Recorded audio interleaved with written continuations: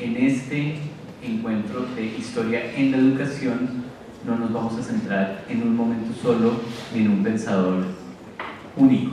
Vamos a tener una pregunta transversal, vamos a pensar la educación y el rol de la universidad y lo vamos a hilar con dos pensadores de Occidente de dos momentos diferentes que consideramos que son pertinentes, son relevantes, son importantes y que nos van a permitir hacer una reflexión de nuestro ahora con otras herramientas.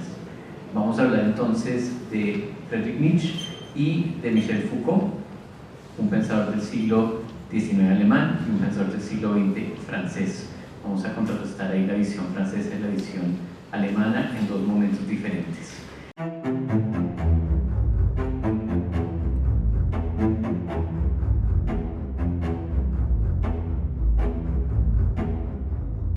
La dinámica es la siguiente. Tenemos dos invitados muy especiales. Está el profesor Juan Carlos Lopera, filósofo en su formación, parte del programa de Humanidades e Idiomas desde hace muchos años, y el profesor Miguel Ángel Rincón, también filósofo y profesor del Departamento de Humanidades e Idiomas también ya hace más de 6-7 años, ya ha pasado el tiempo. Dos filósofos con dos miradas muy diferentes de la filosofía y su forma de acercarse, ambos con un discurso valioso, y espero que no estén de acuerdo, ¿no? que acá podamos tener una discusión, que sea un diálogo nutritivo. La estructura es sencilla. Vamos a hablar del contexto histórico y la biografía de cada uno de los pensadores. Después vamos a pasar a ver cómo criticaron la sociedad y después vamos a hacer una pregunta en torno al rol de la universidad en ellos. Si nos queda tiempo, abordaremos, digamos, preguntas del público. Me interesa mucho escucharlos a ustedes, que estén atentos, que puedan ver si están de acuerdo, si no están de acuerdo, qué les llama la atención y aprovechar el diálogo, porque el propósito de estas actividades no es que sea unilateral, nosotros lanzando una teoría y ustedes ahí tomando apuntes, sino que nos devuelvan, nos aporten, nos ayuden a formarnos también. Entonces, dicho eso, he hablado mucho, voy a seguir hablando un minuto más.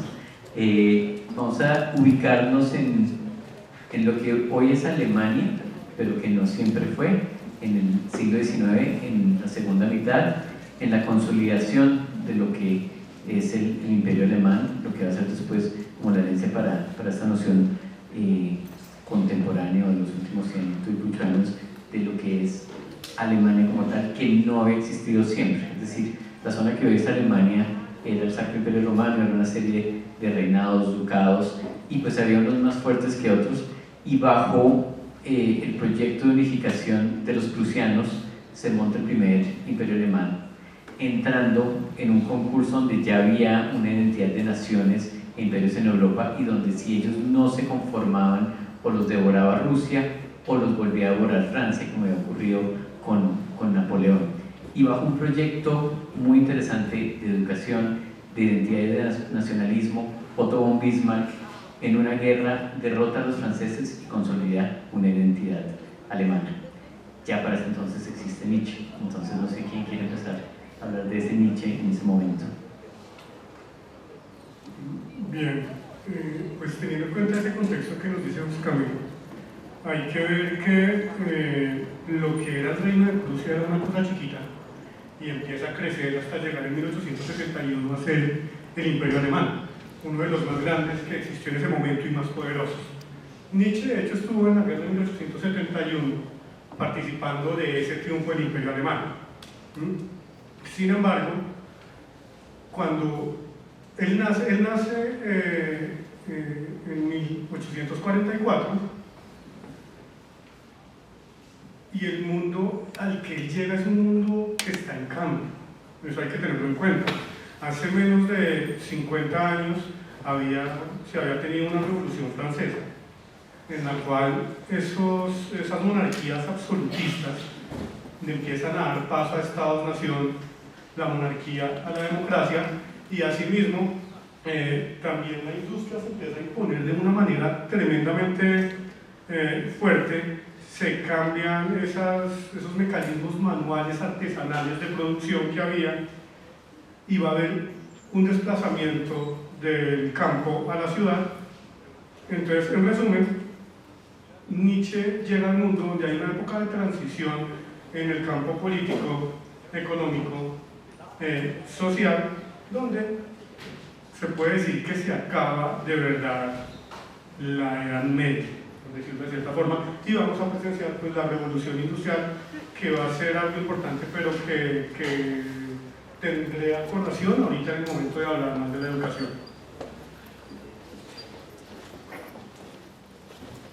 ¿Sí? Antes de... Hay que tener en cuenta que los cambios no siempre son bien recibidos por todo el mundo, ¿no? Por ejemplo, Nietzsche no tenía ni 4 años cuando se dio la primavera de los pueblos, o la revolución de las revoluciones, que se da cuando lo que se busca es revertir lo que había hecho Napoleón con la Revolución Francesa para recuperar los territorios de esos reinos europeos. Más o menos se logró. Hoy en día ustedes saben que hay unas monarquías constitucionales en Europa, entonces no se quedó totalmente la democracia, la república, pero tampoco se volvió en cierta parte a la monarquía. Y de otra parte, con esos cambios de la revolución industrial también apareció un movimiento que me parece muy interesante, los luditas, que fueron personas que estaban en contra de la tecnología y que saboteaban las máquinas porque consideraban, bueno, y era así, que les estaban quitando el trabajo. Entonces, Nietzsche está en ese punto, donde la sociedad se está conociendo a sí misma, como cuando uno está pasando por la pubertad. Tengo cosas de niño, tengo cosas de adulto, no soy ni lo uno ni lo otro, no sé qué soy.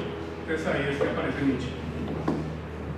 Digamos que quiero que volvamos a hablar de este tema, pero Miguel nos pone a pensar esta noción del cambio, de la transición, y menciona la Revolución Francesa, que espero que Juan Carlos también desde lo político nos explique un poquito las connotaciones que tiene esta sobre esa sociedad, y al mismo tiempo está esta vertiente de la Revolución Industrial que me gustaría que Miguel y Juan Carlos después lo abordaran, después de estar lo político, para ver qué tipos de cambios hay en torno a la relación de los seres humanos con su trabajo, con su quehacer, con su tiempo. Entonces, sigamos con política de revolución. Bien, pues tratando de complementar un poco lo que ya hemos escuchado, quisiera enfocarme en la historia de las ideas, en esa historia que podemos hacer, en ese trazado que podemos hacer alrededor de, podemos decir así, de las transformaciones del pensamiento de Occidente principalmente, lo que estaba ocurriendo allí en Europa. Nietzsche pues, está inmerso en un proceso de transición, ¿no? Podemos decir que dándole las puntadas finales a esta época que se denominó la modernidad. Cuando uno se pregunta, ¿no?, qué es esto de la modernidad, ahí habría que retroceder un poco hasta la época del Renacimiento, cuando aparece con fuerza la ciencia, cuando nosotros, los seres humanos, los occidentales, comenzamos a considerar que a partir del método científico podemos entender el mundo, a partir del método científico podemos entender lo que está ocurriendo en la realidad, podemos entender los diferentes fenómenos que observamos y percibimos en últimas por medio de nuestros sentidos. Allí me parece interesante cómo digamos, la figura del individuo y del ser humano se comienza a construir en esa modernidad y digamos, comienza a desdibujarse un poco la figura de la importancia de la religión católica. Digamos que en este periodo de la modernidad, en ese tránsito que hay de la Edad Media a la modernidad, pues lo que ocurre es que aquellas explicaciones que tiene la religión sobre los fenómenos de la naturaleza y sobre las interacciones de nosotros los seres humanos, aquellas explicaciones se comienzan a desdibujar, es decir, la gente comienza a dejar de creer en ellas para darle paso a la creencia en la ciencia, cómo nosotros los seres humanos podemos construir ese conocimiento. Ahorita en el almuerzo discutíamos un poco con Miguel alrededor de esto y a partir de ahí, de pronto me va a adelantar un poquito, más adelante podemos profundizar. A partir de ahí, seguramente ustedes habrán escuchado la frase que dice supuestamente, ¿no? Está la menciona allí en una de sus obras Nietzsche, y es que Dios ha muerto, ¿cierto? Entonces digamos que esa idea que tiene Nietzsche alrededor de la muerte de Dios tiene que ver precisamente con el papel del ser humano, que comienza, ese ser humano moderno, ese individuo moderno, que comienza a relegar a Dios en las explicaciones de los diferentes fenómenos y comienza a considerar ese ser humano, ese individuo, que él como individuo puede, digamos, se convierte como en un nuevo Dios. Ese individuo, ese ser humano es el que puede transformar el mundo, ¿cierto? Es el que puede transformar el mundo por medio de la ciencia. Entonces, digamos que en términos de contexto histórico quisiera complementar la idea allí, digamos que haciendo la historia de las ideas. Ahí me parece interesante porque, digamos, lo que dice Juan Carlos tiene mucho peso, digamos que el individuo se empodera, pero creo que tenemos que hablar que hay individuos particulares y hay individuos que se vuelven masas, ¿no? Y voy a conectar un poquito con esta revolución industrial y lo que mencionaba Miguel de la migración del campo a la ciudad. Digamos que los cambios tecnológicos son los que fomentan un desplazamiento de un orden. Cuando el arado de metal empieza a utilizarse más, hay un montón de hijos de campesinos que se quedan sin trabajo porque aumenta la producción y menos personas en el campo pueden trabajar y se van a la ciudad. Y en la ciudad van a encontrar cómo individuos tener que subsistir y enfrentarse con una forma de producción. Y ahí me parece interesante como hablar de esta unión entre ciencia, tecnología y economía, ¿no? Para ordenar y jerarquizar el mundo. La revolución industrial segrega hasta cierto punto y al mismo tiempo unifica. Y Nietzsche va a estar en un país que está creciendo de forma gigantada hacia la industrialización. Es decir, Alemania pasa de ser muy rural bajo el proyecto de Bismarck a ser una de las potencias industriales. En 40 años el imperio alemán hace lo que los ingleses hicieron en 150 años, es decir, es una especie de milagro económico si miramos la producción de hierro, las fábricas, etc. Entonces ahí está permeando en ese entorno la revolución industrial. No sé si para cerrar el contexto hablamos de revolución industrial y pasamos a la vida del pensador. Pues más que la revolución industrial, como matizar un poquito lo de la muerte de Dios, ¿no? Nietzsche no mató a Dios, Nietzsche lo encontró cuando ya estaba muerto. De hecho, él dice en Hacia no Zaratustra, Dios ha muerto y todos nosotros lo hemos matado. O sea, él no comete el deicidio, ¿sí? Y eso es como la modernidad, la muerte de los grandes metarrelatos, no solo de Dios, sino del Estado, de la economía, de la ciencia y de la religión, en el sentido en que ya no presentan respuestas universales y todo abarcantes que antes sí. Gracias a los mismos descubrimientos científicos empieza a darse como pruebas físicas que cuestionan esas verdades que antaño eran solamente divinas y católicas. Asimismo, si los reyes eran instituidos por Dios, pero los tumba un hombre poderoso, entonces el hombre, el individuo, cuando se empodera, puede estar en contra de la voluntad de Dios. Y si la economía va cambiando, entonces, mejor dicho, eso pasa con todo. Ahora, ¿qué le creo? ¿Cuál es la verdad? ¿En dónde carajos estoy parado? Y eso es lo que le pasa al hombre moderno. Y eso se llama nihilismo, que es, digamos, que no hay nada que fundamente. Y para eso, más que decir hombres grandes y rebaño, Nietzsche postula que hay tres opciones frente al nihilismo. O sea, él no es nihilista porque dice, ay, vamos por el nihilismo. No es que el nihilismo está. No es, queremos nihilismo, sino eso es lo que hay. Porque no hay nada que me dé unas respuestas definitivas. Entonces, ¿qué puedo hacer yo? Ser uno de esos últimos hombres y aferrarme a lo que, como seguir viviendo medievalmente. Como no, eso fue así, no me importa lo que me digan, sigo creyendo en lo que siempre he creído.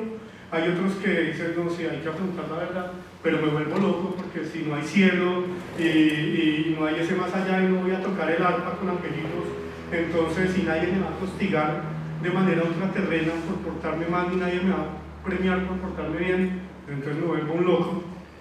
O va a estar ahí sí el superhombre, o suprahombre, me gusta más, no superhombre. Que va a construir sus propios valores y dice, sí, la existencia no tiene sentido, pues hagamos de uno. ¿Y cuál es? Que cada uno diga, pero construirlo no es fácil. No, pues está bien interesante. Ya estamos entrando como a hablar un poco de la figura como tal, entonces paso la palabra para que nos cuenten quién era Nietzsche y qué quieren destacar. El especialista. Bueno, Nietzsche nació el 15 de octubre de 1844, como les dije. A nivel personal, digamos que hay cosas curiosas de su vida. Él quedó huérfano de padre a los 5 años, su hermanito menor murió cuando él tenía 6, la familia no quedó muy bien económicamente. Su padre había sido un pastor luterano, al igual que su abuelo, o sea, una familia muy creyente, protestante, y fue criado junto a su hermana, su madre, o más bien junto a su hermana por su madre, sus tías y su abuela. Sin embargo, de venir de una familia bastante creyente y en medio de un matriarcado, termina siendo misógino y postulando, no matando, postulando la muerte de Dios. Respecto a la educación, no en ideas, sino en su vida personal, o sea, él fue enfermizo desde pequeño, tuvo varios problemas de salud, sin embargo, demostró ser brillante. No tenía mucho dinero, vivió en casa propia hasta que murió su abuela y les dejó una herencia.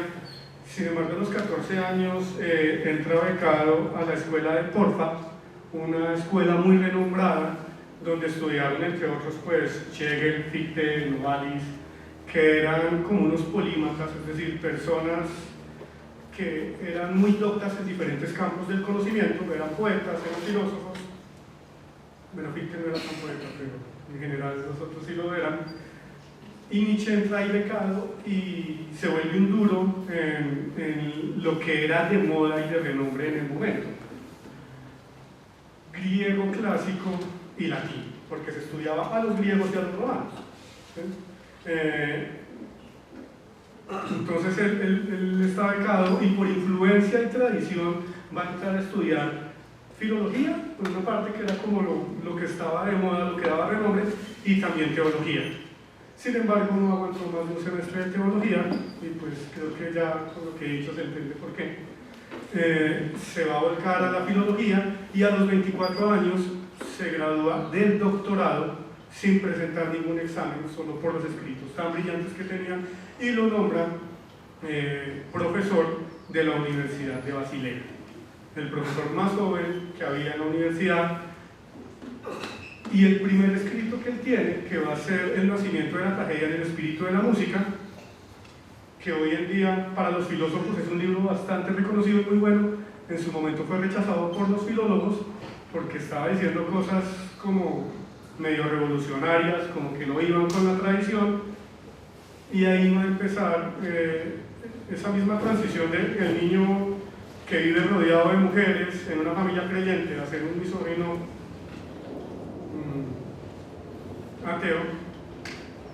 Este niño súper estudioso y muy buen profesor empieza a tener unos rayes, unos quiebres, unos enfrentamientos con la universidad, no con la educación, con las instituciones educativas del momento. Bueno, no sé si sea importante para lo que vamos a hablar, pero más allá, él siguió escribiendo toda la vida. Después fue a la guerra, como les dije ahorita. Fue como enfermero, se lesionó cayendo de un caballo, va a morir también después de un golpe que le va a dar un caballo por sífilis contraído una mujer, obviamente, y va a escribir mucho. Y después, bueno, como dato curioso, cuando va a estar enfermo, porque él va a morir joven en 1900, y lo va a cuidar su hermana y su cuñada. Su hermana Elizabeth estaba casada con un nazi, en ese momento ya el nazismo estaba empezando a florecer, y unos escritos que él no tenía publicados los va a publicar la hermana, cambiándoles cosas. Por eso hay gente que relaciona todavía, cuando no tiene conocimiento, a Nietzsche con el nazismo, y de hecho Nietzsche lo admiraba, pero gracias a unos textos que hayan sido modificados pues, por el cuñado nazi de Nietzsche y por su hermana Elizabeth. Eso, bueno, ya en 1962, Giorgio Colli y otros filósofos descubrieron que él no había tenido nada que ver con eso.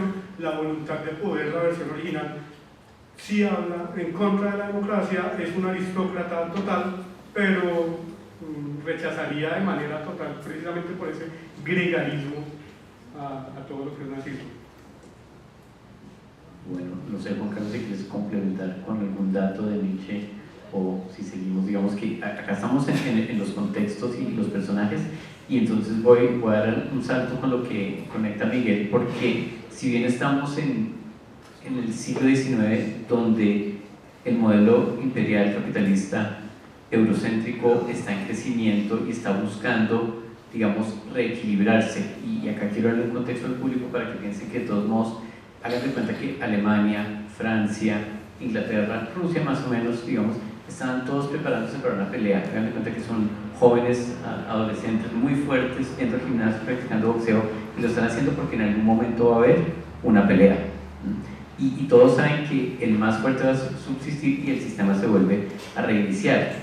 No querían volver a la guerra como habían estado bajo Napoleón. En 1815 se firmó un tratado en Viena diciendo que no queremos más guerra, queremos paz, pero ya para 1900 se estaba sintiendo que el sistema estaba en crisis y que tenía que haber una guerra. Además que había unos actores nuevos en el mundo que estaban también cuestionando esta mirada eurocéntrica imperialista, que son Japón en Oriente y Estados Unidos ya, bueno, también metido en Occidente, pero también metiéndose en el Pacífico en Oriente. Entonces en este sentido, robándome unas palabras de Eric Hobsbawm, el edificio de la civilización europea ya va a estar en jaque por sí misma, es decir, su hiperproducción, su industria de guerra está creciendo tanto que viene un enfrentamiento, y se piensa que el enfrentamiento va a ser el enfrentamiento más civilizado porque estamos en el punto más alto de la ciencia, la tecnología y los avances, y la Primera Guerra Mundial resulta ser un desastre para Europa. Y no me voy a meter en detalles, pero la identidad europea, el lugar de Europa en el mundo se empieza a quebrar en ese momento. Miguel menciona los nazis, digamos, Alemania pierde la Primera Guerra Mundial, tenemos digamos, la influencia española con un montón de muertes, hay literatos que hablan de una generación perdida, es decir, esta identidad de lo que era la civilización y lo que debería ser el modelo a seguir se cuestiona. Y pues ustedes ya saben, surge la Segunda Guerra Mundial. Volviendo a hablar de Eric Hobsbawm, él habla de la guerra de 31 años, él habla de 1914-1945, pero en los años 30 volvemos a tener un resurgimiento de una Europa que está buscando un discurso de supremacía. Los italianos, los alemanes buscan referentes que le den un sentido nacional a su proyecto y sobreponerse sobre otras naciones. Está la Unión Soviética también consolidándose como potencia, y acá es como el mundo de Foucault, y por eso hago como el resumen tan rápido, y estamos pasando de un lado al otro de competencia entre Alemania y Francia, que han sido rivales históricamente también.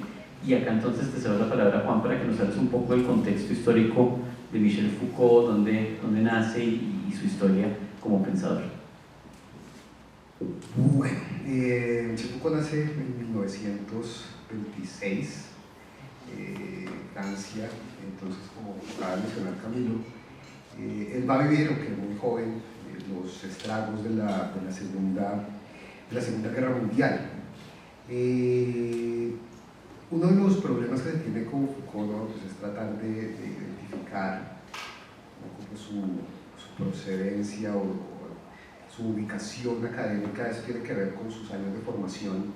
Él, cuando comienza a estudiar, tiene problemas psicológicos, se deprime mucho. Entonces su padre, que era un gran cirujano, lo remite a un psicólogo, y a partir de esas sesiones con el psicólogo, pues comienza a engancharse con la psicología, y comienza a engancharse en últimas también con la medicina.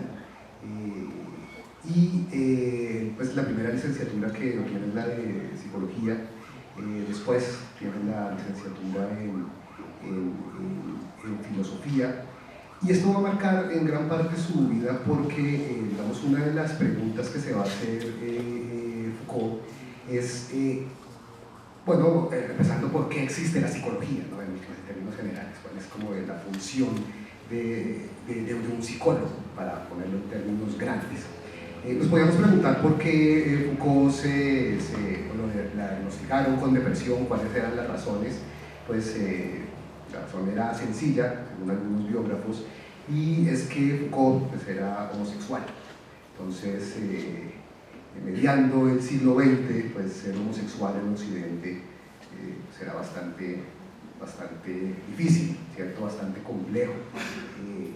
Y digo que esto va a ser importante dentro de la obra académica de Foucault porque Foucault se va a comenzar a preguntar por, en últimas, los excluidos. Él, perteneciente ¿no? a esa comunidad de homosexuales allá en Francia, se siente como una persona excluida. Entonces él comienza a preguntarse ¿por qué yo estoy excluido? En últimas. Y ese va a ser, digamos, como el hilo conductor de toda su obra. Y acá podemos hilar un poco ¿no? la importancia que va a tener Nietzsche también en la obra de Foucault. Y también retomando un poco, no sé si para allá ibas, Camilo, cuando decías que algunos países europeos estaban buscando tal vez referentes intelectuales, académicos, para buscar un poco esta idea, legitimar ¿no? su supremacía. Entonces las obras de Nietzsche aparecen allí. En términos generales, digamos, aquí hay una discusión, creo que me parece a mí, por lo que he hablado con Miguel, como que se aparta un poco de esto. Pero cuando yo les mencionaba a ustedes que Nietzsche menciona que Dios ha muerto y que ahora el fundamento de todo es el hombre, ¿cierto? Entonces, pues claro, digamos, viene la pregunta que nos hacía ahorita hace un momento Miguel, y es, bueno, entonces si el hombre es el fundamento, ¿qué hace el hombre ¿no? para darle razón a la existencia y para darle razón a lo que hacemos? ¿Cierto? Y Nietzsche comienza a dar algunas ideas alrededor de la importancia del poder en la sociedad, ¿sí? De la fuerza en la sociedad, como de una u otra forma la cultura, todas aquellas cosas que nosotros creemos y todas aquellas cosas que enmarcan nuestra vida cotidiana, no se las debemos a Dios, sino se las debemos a unos hombres que nos las impusieron. Más o menos por ahí va la idea, ¿cierto? Cómo se ejerce ese poder en unas personas que nos imponen una suerte de reglas de juego, ¿cierto? Esta es la idea que digamos, mal interpretada, bien interpretada, dirán algunos, van a tomar algunas de estos países europeos para justificar lo que se va a hacer en la Segunda Guerra Mundial. Palabras más, palabras menos, si este asunto es un asunto de establecer reglas de juego por medio de la fuerza, pues entonces vamos a medir quién es el más fuerte, ¿cierto? Para que pueda establecer esas reglas de juego. ¿Listo? Esas reglas de juego que nos van a permitir vivir en comunidad. ¿Quién gana la guerra en últimas? ¿Cierto? ¿Quién gana la guerra allí? Para que establezca esas reglas de juego. Aquí pueden haber, pues decía Miguel, muchas diferencias a la hora de interpretar a Nietzsche y la figura de ese hombre fuerte en Nietzsche y cómo el hombre fuerte o los hombres en últimas se imponen sus reglas y sus culturas.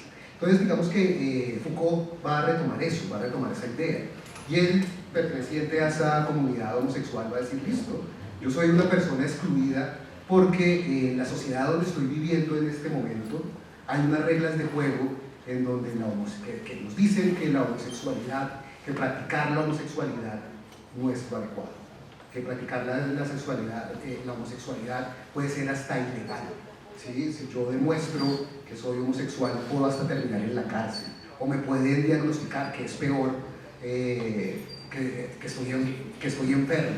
Digamos, para Foucault puede ser peor el hecho de que lo diagnostiquen a uno como enfermo que lo diagnostiquen a uno como criminal.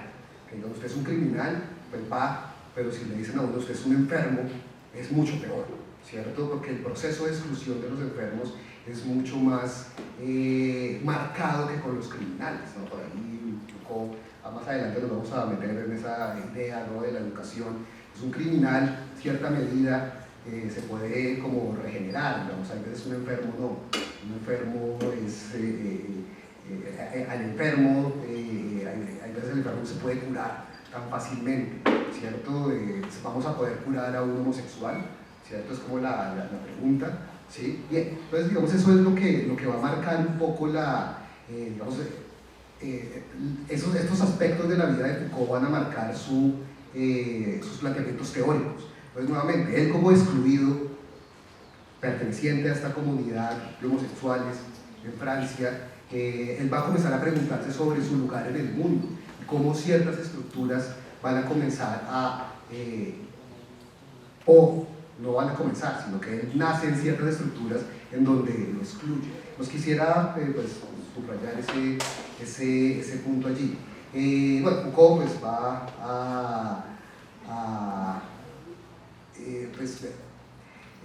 va a tener una importancia relevante dentro de la academia francesa, en el École de France principalmente, con sus lecturas, pues, las clases que él daba ya. Muchas de estas clases terminaron siendo transcritas por los estudiantes. Foucault, cuando ustedes van a la librería, pueden encontrar como 20 libros de Foucault, pero realmente Foucault escribió como 7. Los otros fueron conferencias que los estudiantes terminaron transcribiendo. Él también pues, se va a enfermar de SIDA y esa va a ser una de las principales razones por las cuales va a morir, ¿cierto? Es lo que lo va a llevar a su muerte en la década de los 80, no estoy seguro de la fecha exacta, pero fue en 1984 en donde muere, ¿sí? 1984. Bien, entonces digamos que Foucault también va a ver todos esos efectos, ¿no? De la Segunda Guerra Mundial, como les decía, procesos de exclusión, y también con lo que decía ahorita Camilo, también va a preguntarse un poco cuál es el funcionamiento de la ciencia y la tarea que tiene la ciencia y la tarea que tiene la tecnología en nuestras sociedades. ¿Cuál es esa tarea para, en últimas, organizar nuestras vidas? ¿Cierto? Vamos, allí también va a haber un elemento de análisis en ese contexto. Para ponerlo en términos un poco más sencillos, digamos, en la Segunda Guerra Mundial, como planteaba Camilo acá, pues ya han habido unos avances científicos y tecnológicos bastante grandes, y palabras más, palabras menos, gran parte de esos avances científicos y tecnológicos se orientaron hacia la guerra, ¿cierto? Entonces eso también va a ser una de las preguntas que tiene Foucault, y también va a ser una de las preguntas también interesantes alrededor del papel de la educación, ¿no? Que se educa alrededor de qué y el para qué. Bueno, ahí cierro un poco. Voy a cobrar peaje, te paso el micrófono. Digamos que me parece importante que, obvio, esta es una interpretación, se puede interpretar de otras formas, pero estamos mirando a dos pensadores, uno que está en un momento alto de una civilización que va en ascenso y que todavía no se ha estrellado, es decir, que sería Nietzsche, digamos, con esta visión del progreso, este positivismo europeo, de que el individuo, la ciencia y la tecnología lo pueden todo, y después otro que nace en medio de la crisis que genera esa guerra, que es inevitable.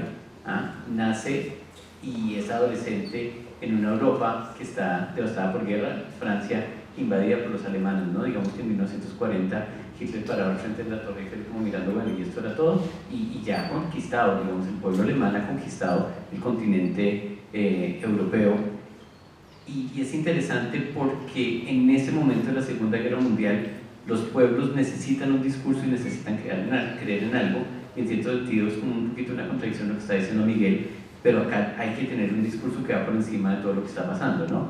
Entonces Churchill y todos, la democracia se vuelve el discurso, en la Unión Soviética tenemos el comunismo, el marxismo como un discurso, y en Alemania hay una mirada hacia Nietzsche, hacia Wagner, hacia como una cultura alemana que va por encima, justifica un lugar, y en Francia están como en dos lugares, ¿no? Porque están invadidos y al mismo tiempo una resistencia, y pasa la Segunda Guerra Mundial y los seres humanos ponemos en jaque la existencia en el planeta, ¿no? Sobre este mundo bipolar de la Guerra Fría, donde el mundo se puede acabar si las superpotencias lo deciden, y al mismo tiempo se cuestionan los lugares, ¿no? Que era lo que nos estaba señalando Juan Carlos, es como descentrificar un poco, cuestionar el lugar de enunciación. De Foucault me parece interesante que resaltemos que él escribe sobre ese lugar del excluido, ¿no? Del otro, del loco, del prisionero, de estar en el panóptico, de sentirme atravesado por un orden que no es el mío pero que me regula, y en cierto sentido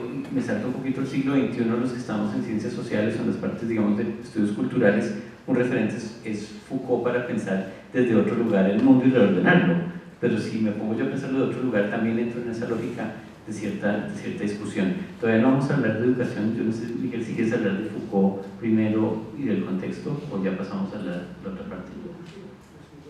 No, la cultura ya voy para allá, pero no quiero decir nada del contexto de la Segunda Guerra ni... Bueno, entonces vamos ya a la tercera parte de nuestra charla, donde vamos a mirar cómo criticaron ellos la cultura en la que vivían y vamos hilando de una vez con su postura ante la educación general o la educación como institución, que son dos formas de verlas diferentes. Entonces, Miguel, adelante. Bien, pues estoy más de acuerdo, no puedo estar con Juan Carlos y con lo que tú decías de el momento en el que Nietzsche está, que se están poniendo como en jaque, se están enfrentando diferentes fuerzas. Y eso se ve en un filósofo como Nietzsche, que la voluntad de poder es como lo más importante, desarrollar la voluntad. Ahora bien, Nietzsche no fue un relegado en el sentido de un outsider como lo vendría a hacer Foucault después, pero Nietzsche tampoco encajaba en la sociedad. Desde otra perspectiva, por supuesto, él se sentía que estaba por encima de los valores sociales. Y aquí pues yo quiero hacer una pequeña claridad de qué podemos entender como cultura.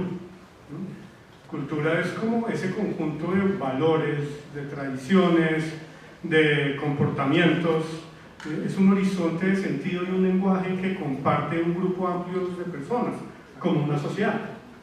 Podríamos decir que hay una cultura colombiana, una cultura a nivel más micro cachaca, más grande una cultura occidental.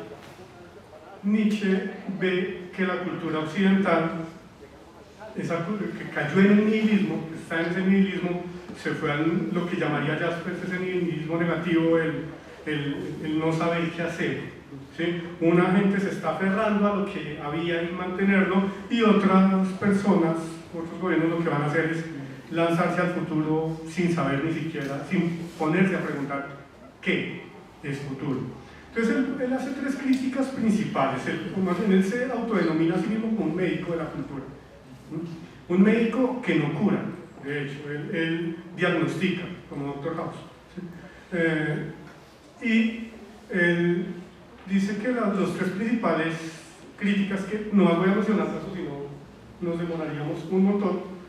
La primera la hace al socratismo y platonismo. ¿Sí? Él ve que desde los antiguos griegos, a los cuales por supuesto admira un montón, la embarró Sócrates cuando empezó a privilegiar solo un aspecto del conocimiento, que es el racional. ¿Qué pasó con la pasión? ¿Qué pasó con el arte? ¿Qué pasó con la música? ¿Qué pasó con la poesía? ¿Qué pasó con Dionisio? Nosotros conocemos científicamente, claro, y ustedes que estudian ingeniería, pues por supuesto, pero uno conoce a través de emociones y de sentimientos, uno conoce a través de experiencias, y de hecho resulta a veces más útil tener el conocimiento de cuando la esposa o la mamá está brava que saber resolver una diferencial. Y eso se le está olvidando a Occidente. La segunda crítica que está haciendo es, por supuesto, a la tradición judío-cristiana. ¿Por qué? Porque precisamente en este contexto de lucha de fuerzas, la tradición judío-cristiana es una tradición de borregos, de ovejas, de nivelación y consideración al más débil. Sí, pues a mí no me gusta ablandar a Nietzsche como hacen muchos filósofos ahorita, la verdad sí es bastante aristócrata. Hay que ser fuerte, no hay que acabar al más débil tampoco, esa no es la idea, pero no nivelarse por lo más débil. ¿Sí? Y la voluntad de poder sobre todo es hacia uno mismo, no a acabar a los demás, pero sí hay que ser fuerte y hay que desarrollar esa fuerza. La tradición judío-cristiana no hace eso. Y además, después de que se proclama esa muerte de Dios, que él la había hecho Hegel también un siglo antes, es aferrarse a sueños vacíos. Y en tercera instancia, la crítica más grande que hace la realiza el positivismo, que va de cierto modo unida a la primera crítica. El único conocimiento válido se vuelve el conocimiento racional, científico, medible, generalizable y universal. Y los conocimientos individuales, subjetivos, creativos, ¿dónde quedan? Ah, no sé, chévere, son cosas suyas, usted pinta bonito, eso me sirve para juzgar si me gusta o no, pero eso no es conocimiento. Nietzsche va a criticar eso un montón. ¿Listo? Ahora bien, algo que también hablamos con Juan Carlos, y creo que en eso quedamos de acuerdo de manera muy básica, es las instituciones educativas sirven para instruir, dejémoslo así, ahorita haremos los matices del asunto, personas que van a salir a desenvolverse en la cultura. Porque si vivimos en un mundo neoliberal, imagínense ustedes entrar a un colegio donde no les enseñen nada de capitalismo, que salen al mundo y como, yo no funciono acá, no me sirvió un carajo lo que me enseñaron en el colegio ni en la universidad. Entonces es normal que una institución educativa forme a las personas para que se adecúen a la cultura. Ahí el problema más importante no es la educación ni las instituciones educativas, sino la cultura, a lo cual están respondiendo estas instituciones educativas. Ahorita mencionaré las dos críticas principales y una cosa importante al respecto. Sin embargo, en resumen y adelantando, Nietzsche realiza esta crítica a las instituciones educativas y por eso él mismo dejó la docencia, por esos problemas que tuvo en la Universidad de Basilea, porque no se está formando personas críticas que formen sus propios valores, que piensen por sí mismas, que de verdad critiquen y desarrollen su propio pensamiento, sino que simplemente aprendan unos conocimientos dados por personas que ya lo saben y salgan a replicarlos de manera gregaria, borreguil, ciega, acrítica, ignorante, estúpida al mundo. Bueno, Juan no va a cobrar peaje. Ahora su mirada a la crítica a la cultura en la que se desenvuelve Foucault. Pues bueno, Foucault va a ser un gran heredero de estas ideas de Nietzsche. De hecho, Foucault pues, ya va a vivenciar en carne propia todos estos legados de la revolución industrial. Y pues para algunos intérpretes de Foucault, así como Nietzsche mató a Dios, dicen, lo encontró muerto, Foucault va a matar al hombre moderno, Foucault va a encontrar muerto al hombre moderno, ¿cierto? Entonces, digamos, para Nietzsche, para los modernos es importante la figura del individuo, la forma como el individuo puede transformar su entorno, ¿cierto? A través del conocimiento científico. Y Foucault va a decir, eso es una ilusión. Y va a tomar aquí algunas ideas de ese Nietzsche que nos va a permitir hacer un tránsito hacia, no sé si podemos decirlo, contemporáneo, la posmodernidad, ¿cierto? En donde vamos a encontrar, digamos, en la teoría de Foucault, un ser humano que está atado, ahí sí, pues digámoslo así, como atado a la cultura, un ser humano que va a estar preso, ¿cierto? Un ser humano que va a estar preso en esos barrotes que pone la cultura. Pongamos algunos ejemplos y desarrollemos esta idea un poquito más. ¿Cómo podemos ver a ese ser humano preso? Les había mencionado hace un momento que para Foucault, al igual que para Nietzsche, el tema del poder es fundamental, la forma como se ejerce el poder. Y se concibe que Foucault es como uno de los grandes pensadores del poder, ¿sí? Cuando uno piensa en el poder, uno lo puede, digamos, fácilmente interpretar como el poder que ejerce un jefe sobre su subalterno, el poder que ejerce el profesor sobre los alumnos, ¿cierto? Que es un poder como vertical, ¿cierto? Es un poder vertical, es alguien que le da la orden a otra persona para que haga cosas. Foucault dice, sí, ese poder existe en nuestra sociedad, pero ese es el menos interesante de todos. El poder más interesante que demuestra cómo nosotros estamos limitados por esos barrotes de la cultura, es un poder que ni siquiera nosotros somos capaces de distinguirlo. Entonces, por ahí uno puede poner muchos ejemplos ahora sí concretos. Acá en la escuela existen baños mixtos, ¿no es cierto? No existen baños mixtos. Hay unas universidades donde ya existen estos baños.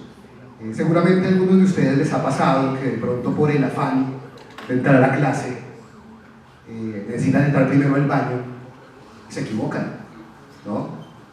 El hombre que entra al baño de las mujeres, la mujer que entra al baño de los hombres, que estaba pensando en su clase de cálculo. Y cuando ocurre eso, comienza a ver como en la persona que se equivocó un cierto sentimiento de vergüenza.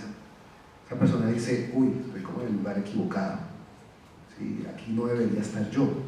¿Sí? Entonces Foucault dice, miren, eso es lo que él va a denominar, le va a poner una palabra bastante rimbombante, pero él va a decir, miren, eso es microfísica del poder. El poder se ve en esos pequeños lugares. El poder no es un dictador que le ordena a su población hacer algo. Ahí hay poder, pero no es el más interesante. El poder más interesante no es el del empresario que le pasa plata por debajo de la mesa a un congresista o un grupo de congresistas para que apruebe una reforma.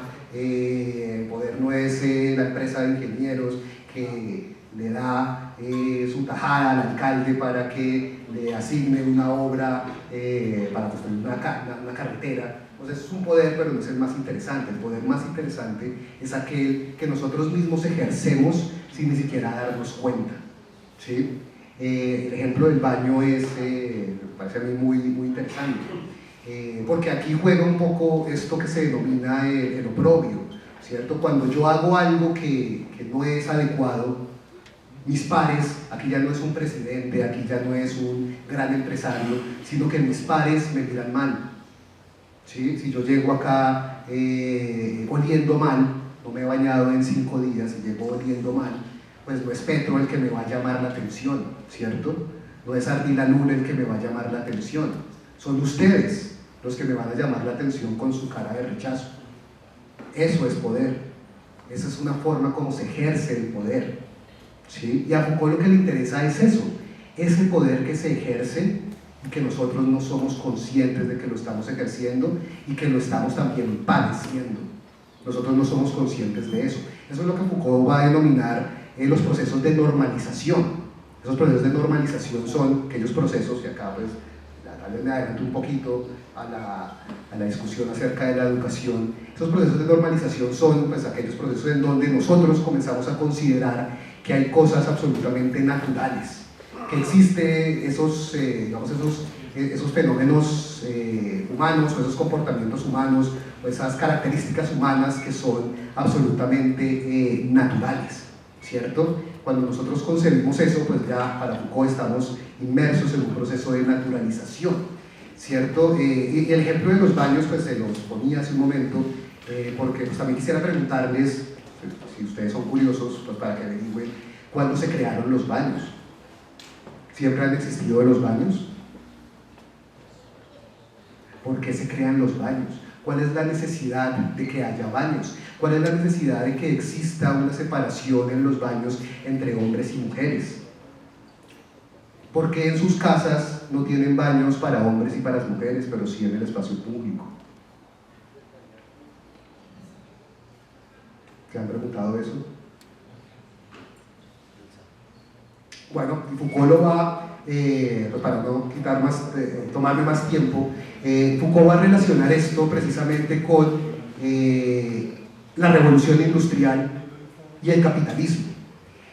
Todos estos procesos de normalización que les acabo de mencionar tienen que ver precisamente con que existe una sociedad, la sociedad occidental, que está necesitando individuos sanos. El hecho de tener un baño y que nosotros no hagamos las necesidades al lado de donde comemos, en el comedor, porque de hecho en alguna época así ocurría, tiene que ver con la forma como nosotros consideramos nuestra salud. Porque si yo tengo una empresa y mis trabajadores están enfermos todos los días, no voy a tener una empresa productiva. Seguramente ustedes que el día de mañana van a ser empresarios han escuchado de la medicina ocupacional.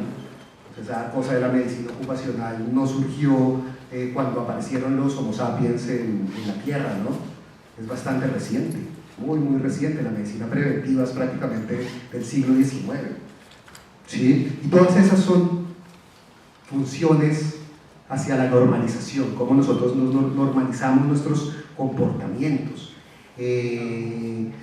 Uno de esos ejemplos, digamos, muy actuales puede ser el COVID-19. ¿Se acuerdan de eso? ¿Se acuerdan de todo lo que nos tocó hacer? Por aquí veo una persona, Héctor, con tapabocas. Normalización, diría Foucault. El hecho de que nosotros hayamos tenido que utilizar tapabocas por mucho tiempo, Foucault lo denominaría como una tecnología que disciplina al cuerpo. ¿Para qué? Para no enfermarnos. Entonces todos estuvimos de acuerdo, la gran mayoría, podemos decir, estuvimos de acuerdo en ponernos tapabocas, por lo menos en ciertos lugares, ¿sí? O aislarnos un poco de la persona que está tosiendo, ¿sí? Eso sí, digamos, es como un comportamiento individual, alejarme de la persona, ponerme tapabocas, ¿sí?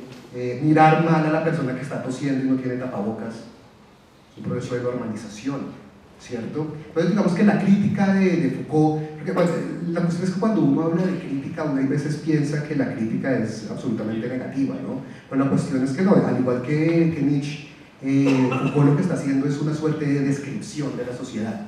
Foucault dice, mire, lo que ocurre en nuestra sociedad occidental actualmente, en el pleno siglo XX, es que el capitalismo, la revolución industrial, llevó a concebir a un determinado tipo de individuo, a un tipo de individuo, por ejemplo, que no se debe enfermar, porque si se enferma no produce. Ese tipo de cosas no existía antes, ¿sí? Comenzó a existir después del siglo XIX. Entonces, digamos, esa es la crítica que va a hacer Foucault, no sé si me extendí mucho, a la época contemporánea, la forma como nosotros somos objetos de ese poder en últimas que nos regula nuestros comportamientos. ¿Cuál es el objetivo de esa regulación de nuestros comportamientos? En principio podríamos decir ser seres productivos, no enfermarnos, como el caso, ¿cierto? Para ser seres productivos. Bien, corto acá un poquito, que ya lo otro sería meterme en el tema de la educación. Bueno, y vamos a tener, yo creo que como unos 10-12 minutos para el tema de la educación de la universidad, para poder abrir también acá el diálogo con el público, y queda un poco como la pregunta que va en la segunda parte es cómo es esa relación de ellos con una institución como la universidad y por qué es relevante pensarla hoy. Es decir, yo creo que sí estamos viviendo un momento de cuestionar cómo se educa, para qué se educa, y pues el público acá más que nadie debería estar pensando, bueno, entonces la universidad en la sociedad, en mi vida, ¿qué sirve? Miguel, habías utilizado, que para que lo tengo en inglés, Luddite, ¿cómo se dice en español? Luditas, digamos que los luditas están tratando de frenar las máquinas, y no puedo evitar como pensar el tema de también de educación con la inteligencia artificial hoy en día y cómo podría conectar como esas tensiones entre diferentes formas de aproximarnos a la tecnología y el conocimiento. Entonces pasamos a la universidad, Miguel. Bien, pues esto ya va más dirigido hacia ustedes, la crítica que hace Nietzsche, no a ustedes, a las instituciones educativas, ustedes como estudiantes.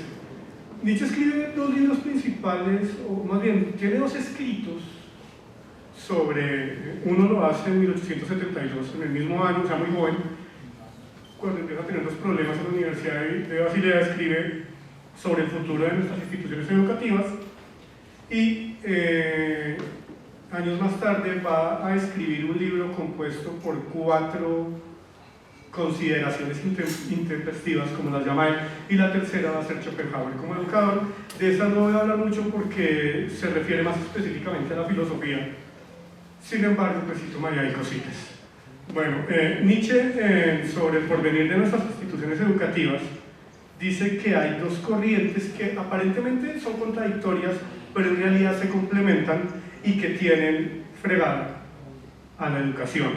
La primera corriente vendría siendo el impulso hacia la mayor ampliación y difusión posible de la educación, y la segunda, el impulso de disminución y debilitamiento de la educación misma. Mira, como así, ampliación y difusión, pero al mismo tiempo disminución y debilitamiento. Pues sí, porque recordemos que, como lo vimos ahorita, las instituciones educativas sirven para formar los ciudadanos que van a ser parte de una sociedad, ¿no? Y algo que le complementaría un poquito a Juan Carlos es, con esa biopolítica, no seamos como también pensantes que nos dijeran, no, pónganse tapabocas porque queremos que estén bien pobrecitos, sino porque se muere el trabajador, se muere el estudiante, se mueren personas que necesitamos que estén produciendo y consumiendo también en la sociedad, ¿no? Ahí vendría, pues, es más que una ética del cuidado, ahí sí sería esa biopolítica, ese control, ¿no? Pero bueno, retomando a Nietzsche, Nietzsche dice que lo que se está haciendo, como lo dijo Juan Carlos con Foucault, es una homogenización, una igualación de los individuos y al mismo tiempo que ellos busquen simplemente una utilidad. Y, por ejemplo, y esto es seguir como los lineamientos de la cultura occidental que él está criticando. Leo, por diversas razones, la cultura debe extenderse al círculo más amplio posible. Esto es lo que exige la primera tendencia. En cambio, la segunda exige a la propia cultura que abandone sus pretensiones más altas, más nobles y más sublimes, y se ponga al servicio de otra forma de vida cualquiera, por ejemplo, del Estado. Creo haber notado de dónde proviene con mayor claridad la exhortación a extender y a difundir lo más posible la cultura. Esa extensión va contenida en los dogmas preferidos de la economía política de esta época nuestra: conocimiento y cultura en la mayor cantidad posible, producción y necesidades en la mayor cantidad posible, felicidad en la mayor cantidad posible. Esa es la fórmula, poco más o menos. En este caso, vemos que el objetivo último de la cultura es la utilidad, o, más concretamente, la ganancia, un beneficio en dinero que sea el mayor posible. Por eso, el auténtico problema de la cultura consistiría en educar a cuantos hombres corrientes posibles, en el sentido en que se llama corriente a una moneda. Entonces, cuando sale el ingeniero civil, no sale Carlos Rodríguez, el que le gusta hacer origami y le encanta escuchar, no sé, K-pop y es muy mal hermano, pero muy buen hijo, ¿no? Sale un ingeniero civil que si se enferma, pues una canasta de frutas para su casa, ¿no es cierto? ¿Qué necesita la empresa? Otro ingeniero civil. No se están formando individuos ni personas, se están formando engranajes, piezas que entren en esa maquinaria productiva y consumista que es la sociedad y la cultura. Y el problema más grave es: ¿quiénes de los que están acá están en contra de eso? No, a mí hágame el engranaje que encaje más fácil. Deme las respuestas. Y entre más ganes, mejor. ¿Pero tú qué quieres? ¿Ganar plata? ¿Para qué? Para lo que quieres. ¿Pero qué quieres? Plata. Ni siquiera nos preguntamos, dirá Nietzsche, qué es lo que cómo queremos formarnos. De hecho, dejamos de lado la formación. Y estas instituciones educativas se van a volver instructivas. No se forman personas, no se forman individuos. Claro que, como lo había dicho, no me gusta suavizar a Nietzsche, Nietzsche es aristocrático, eso también viene de exigencia del estudiante que tiene un espíritu y una voluntad de poder fuerte. Obligar a alguien a pensar por sí mismo, creo que es un oxímoron, ¿no? Es un contrasentido. Piensa por ti mismo lo que tú quieras, pero no sé qué quiero, pero sería decirte qué pensar. Entonces, lo que está ocurriendo en Nietzsche es que se está disminuyendo y debilitando cada vez más a la educación, en el sentido en que, ya de manera más práctica, hay que conocer cómo funcionar bien en el mundo y saber muchísimo de una sola cosa, pero ignorando todo lo demás. El ingeniero civil, sé mucho de estructuras. ¿Y qué piensas de cómo está el país? No sé, a mí pregúnteme cuánto está el acero, cómo queda la resistencia del puente. Pero es que a ti no te afecta el país. Sí, pues me llegó en una cadena de WhatsApp con un violín que hay un rayo homosexualizador y... entonces, puede que desarrollemos habilidades, conocimientos, pero como cada vez solo en un ámbito del conocimiento, dejando de lado todo lo demás. ¿Por qué? Porque hay gente que sabe lo otro. Entonces se lo delego al que sabe. Pero entonces dejamos de ser seres humanos, que nosotros somos una cuestión compleja, un poliedro de muchas caras, para hacer una cosa plana, unidimensional, solo, sí, trust me, I'm an engineer, pero ¿qué más eres aparte de eso? ¿Ah? Entonces, ¿qué pasa con el ser humano? Entonces, Nietzsche dice que lo que está ocurriendo con la educación es precisamente que no se está formando, sino normalizando de una parte y normalizando a personas obedientes que, teniendo en cuenta esa revolución industrial, también las instituciones educativas se van a convertir en una fábrica de trabajadores y consumidores, no formar seres humanos, no pensadores, no personas críticas, sino en el bachillerato que tengan en la Hochschule, que tengan habilidades básicas y puedan ser como operarios, y ya en las universidades personas con conocimientos hiperespecializados que van a desconocer la realidad, que no se van a preguntar por sí mismos. Entonces, de hecho, ahí se ve que lo más importante en la educación, y ahí, bueno, ahí me entraría un poquito con Schopenhauer como educador, no es entender un montón de historia del conocimiento del área que uno estudia, ni un montón de fórmulas en el caso de ustedes. ¿Para qué sirven esas fórmulas? ¿Qué puedo hacer yo con eso? ¿Eso beneficia a la comunidad en la que estoy? ¿Eso me beneficia a mí? De hecho, ¿quién soy yo? Y cada vez tenemos menos tiempo de hacernos esas preguntas, ahí sí ya trayéndolo a este momento, donde hay siempre una pantalla al frente, donde tenemos una sobreoferta sensorial tremenda, y no tenemos tiempo de aburrirnos, de ser creativos, de pensar, de preguntarnos. Cada vez queremos más que nos den son respuestas. ¿Cómo hago esto?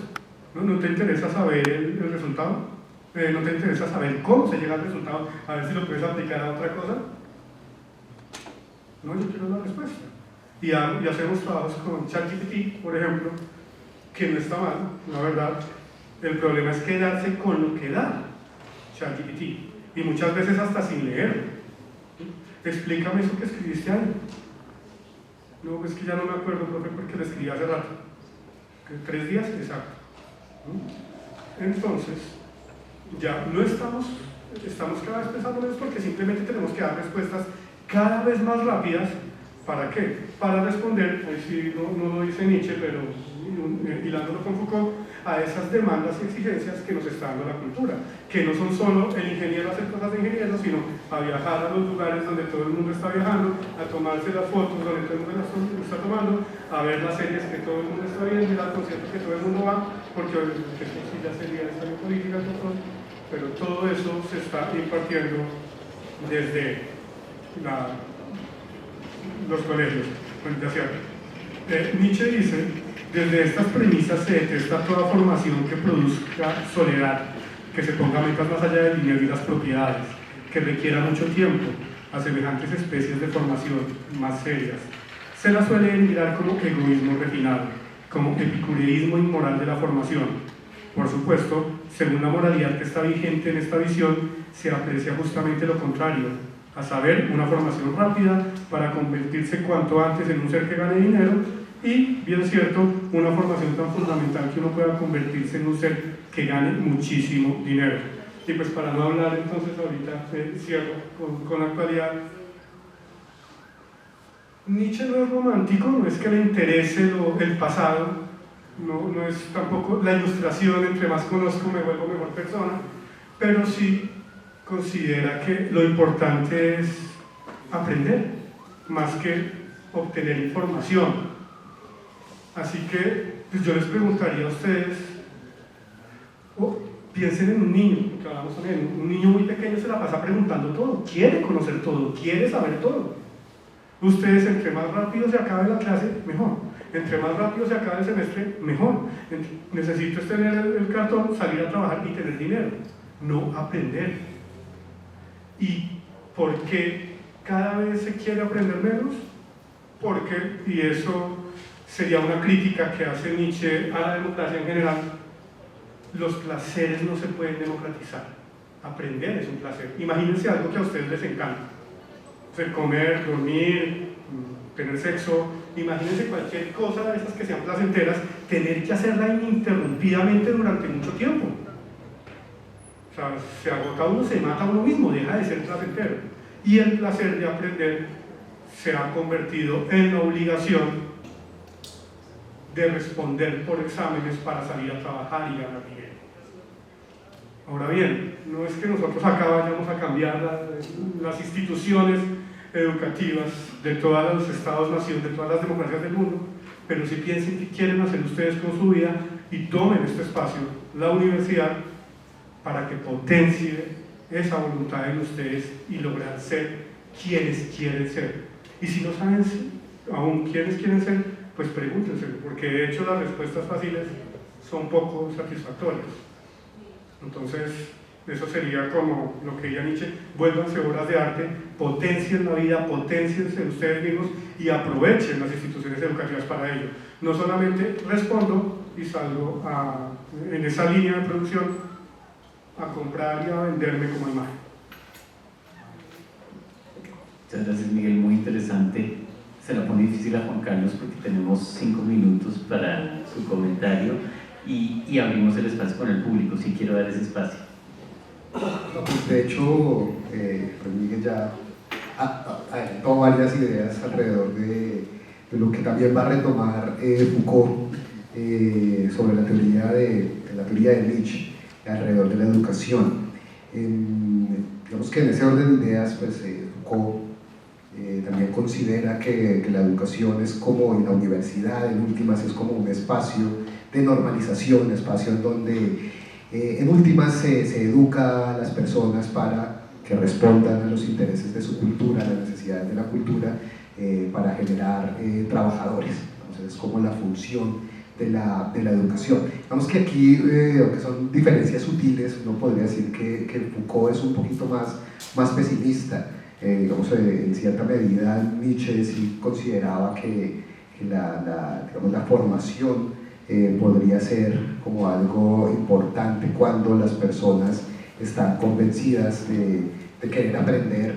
Lo que plantea Foucault, sobre todo el primer Foucault, Foucault por allá del libro de las palabras y las cosas, de la década de los 60, el primer Foucault es bastante pesimista.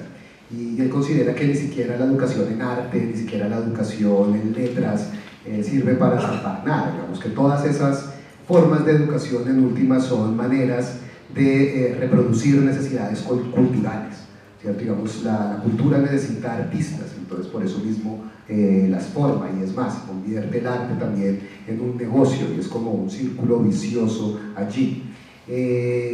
Bien, esos son como los elementos, digamos, para complementar un poco. Foucault en sus libros es algo bien interesante, sobre todo un libro que se llama Vigilar y Castigar, que quienes quieran meterse en las ideas de Foucault les recomiendo que empiecen por allí, ese libro de Vigilar y Castigar. Él de hecho, y es interesante la forma como él escribe, porque Foucault no... por eso es muy difícil decir que Foucault es un filósofo, porque de hecho Foucault comienza con una historia, ¿sí? El Vigilar y Castigar. Él comienza narrando cómo castigaban a alguien en el siglo XVIII, iniciando el siglo XVIII, y lo compara cómo lo castigaban a una persona que había cometido un delito similar mucho después. ¿Y a qué va todo esto? Digamos, con relación a la educación. Iniciando el siglo XVIII, para la historia, ¿no? A una persona que había cometido un delito, un crimen familiar, no sé, como de pasión, ahorita no recuerdo muy bien de qué se trataba, lo castigaron en una plaza pública desmembrándolo, ¿sí? Cuando les tocó este tema con mis alumnos, les digo que piensen en lo que le pasó al líder de la Revolución Comunera, a José Antonio Galán. Por ahí ustedes se meten en Wikipedia y miran la biografía de José Antonio Galán, por ahí hay una parte donde se establece cómo es que castigaba, pues cuál era el castigo, ¿no? La sentencia, que era llevarlo a la plaza y con unos caballos desmembrarlo, ¿sí? Y eso era un plan, hasta un plan familiar, ¿no? Llevaban a la gente allá, a los niños, y todos veían cómo los desmembraban, porque la idea, ¿no?, del castigo era como sentar un precedente para que las personas no volvieran a cometer ese mismo delito.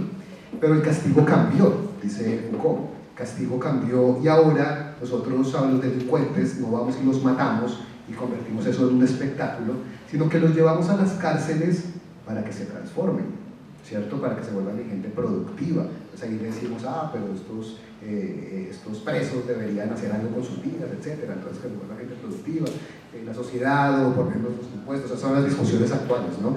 Por medio de nuestros impuestos no deberíamos mantener a esos presos, que ellos consigan lo de su comida, etc. En fin. Pero es un cambio. Entonces Foucault dice, mire, la educación también va un poco hacia allá. La educación se parece, digamos, él hace esa analogía para decirnos, mire, lo que ocurre en las cárceles, o lo que comenzó a ocurrir en las cárceles en el siglo XIX, que ya es la privación de la libertad, la forma como ya no están desmembrando a la gente, sino las meten en una cárcel para que se eduque, es lo mismo que está ocurriendo en una universidad. Entonces aquí la palabra del panóptico, ¿no? La forma como se vigilan las personas para que se puedan comportar de una determinada manera. Y nuevamente aquí hay una cosa que nos atraviesa a todos. Por ejemplo, Foucault, si estuviera acá, diría, miren, ustedes están sentados, quietos, escuchándome a mí, de pronto alguno que otro está hablando pasito, alguno que otro está por ahí mirando su celular, pero sin hacer mucho escándalo. Foucault diría, mire, eso es lo que en últimas las empresas esperan de ustedes, que ustedes no estén, como decía Miguel, como un niño de 5 años saltando por todo lado y preguntándolo todo y cansando a todo el mundo. No, ustedes en una empresa tienen que estar así como están. Eso es una normalización de nuestros comportamientos, de la forma como nosotros nos comportamos en el aula. Eso es lo que espera la sociedad de nosotros. Ustedes mañana en una oficina estén así, quietos, calmados. Esa es la función, diría Foucault, de la universidad. Esa es la función, diría Foucault, de la educación, en últimas. Cómo normalizamos y cómo creamos personas que puedan responder a esas necesidades culturales, ¿no? Aquí para complementar un poco la idea de Miguel. Pero bueno, ya son los 24 para el espacio. Vamos para el espacio de preguntas, pero solo un punto de reflexión. Piensen en una cárcel, en un panóptico donde se pueden ver todos los patios, y piensen en su colegio si hay algo similar, ¿no? Digamos, en la educación, conectando con lo que decía Juan Carlos, los espacios de vigilancia y de formación. Muchos colegios tienen la noción de panóptico. Pero bueno, súper interesante. Quiero un aplauso para ellos antes de pasar a las preguntas. Gracias, Miguel. Gracias, Juan.